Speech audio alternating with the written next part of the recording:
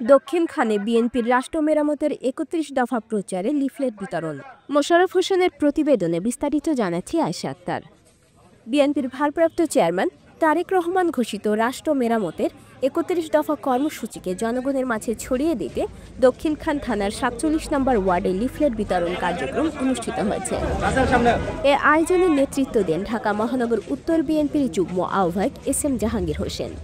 তিনি দলীয় নেতাকর্মীদের সঙ্গে নিয়ে স্থানীয় জনগণের হাতে হাতে লিফলেট পৌঁছে দেন এবং ৩১ দফার মূল বার্তাগুলো তুলে ধরেন। এই কর্মসূচির মাধ্যমে বর্তমান সরকারের বিভিন্ন ব্যর্থতা তুলে ধরা হয় এবং বিএনপি প্রস্তাবিত রাষ্ট্র সংস্কারের রূপরেখা সম্পর্কে সচেতনতা বাড়ানোর চেষ্টা করা হয়।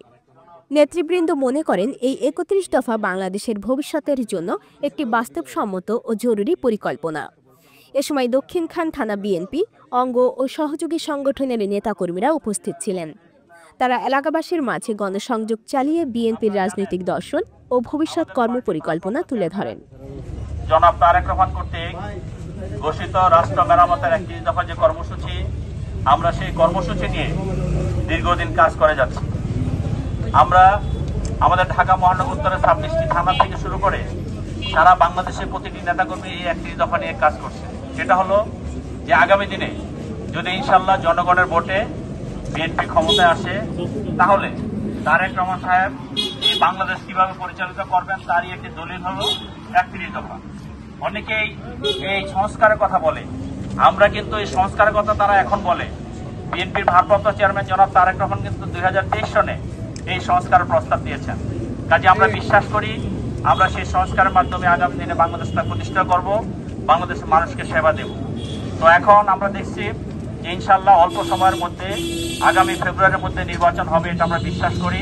এবং গতকালকে আমাদের পার্টির ভারপ্রাপ্ত চেয়ারম্যান জনাব তারেক রহমান সাহেবের সাথে যে বাংলাদেশের চিফ অ্যাডভাইজার ডক্টর অধ্যাপক ইউনূস সাহেবের যে মিটিং হয়েছে, সেই ফলপ্রসূ মিটিংয়েও কথা হয়েছে। সেখানে আমরা শুনেছি, মিডিয়ার মাধ্যমে আমরা শুনেছি এবং আমরা বুঝতে পেরেছি যে আগামী ফেব্রুয়ারির মধ্যে ইনশাল্লাহ নির্বাচন হবে বাংলাদেশের মাটিতে।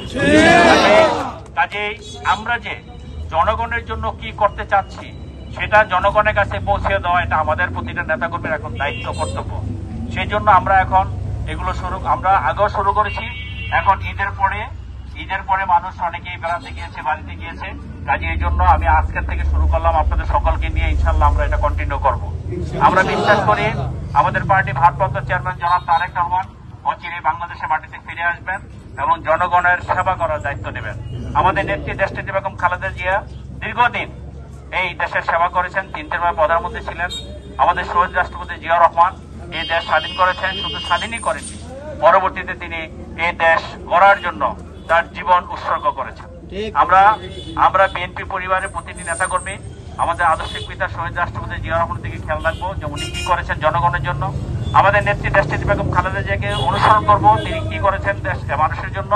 এবং আমাদের বর্তমান যে আমাদের ভারপ্রাপ্ত চেয়ারম্যান এই দীর্ঘদিন ফেসিবাদকে বাংলাদেশ মাটি থেকে উৎখাত করেছেন, দীর্ঘ ১৭ বছর রাজপথে থেকে আন্দোলন করেছেন। আন্দোলনের সফল হিসাবে ৫ তারিখে খুনি হাসিনা বাংলাদেশের মস্তক থেকে পালিয়ে গিয়েছেন, বাংলাদেশ থেকে পালিয়ে গিয়েছেন।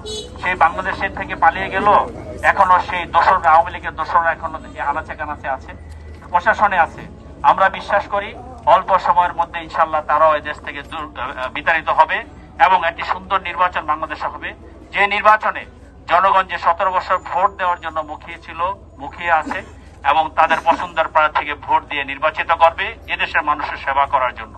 কাজেই আমরা এখন থেকে যে যেখানে আছি, বিএনপির প্রতিটি কর্মী জনগণের পাশে যাবে, জনগণের পাশে থাকবে এবং আমাদের পার্টির যে চেয়ারম্যানের যে বক্তব্য, আপনারা জনগণের সাথে থাকেন, জনগণকে সাথে রাখেন।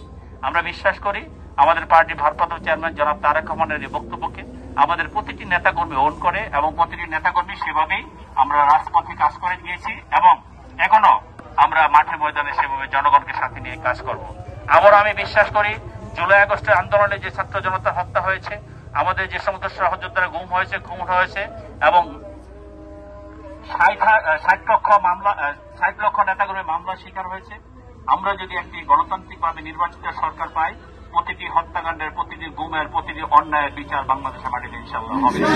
পাশাপাশি বাংলাদেশ থেকে পাচার হয়ে যাওয়া যে সমস্ত অর্থ দুর্নীতি করে যারা পাচার করেছে তাদেরও বিচারের আওতায় বাংলাদেশের মানুষ আনবে এবং বর্তমান অন্তর্বর্তীকালীন সরকারকে আমি অনুরোধ করব, আপনারা নির্বাচনের যে রোডম্যাপ দিয়েছেন ইনশাআল্লাহ সেই অনুযায়ী নির্বাচন হবে এবং আপনারা ওই ফেসিবাদদের বিচারের কার্যক্রমটা শুরু করেন।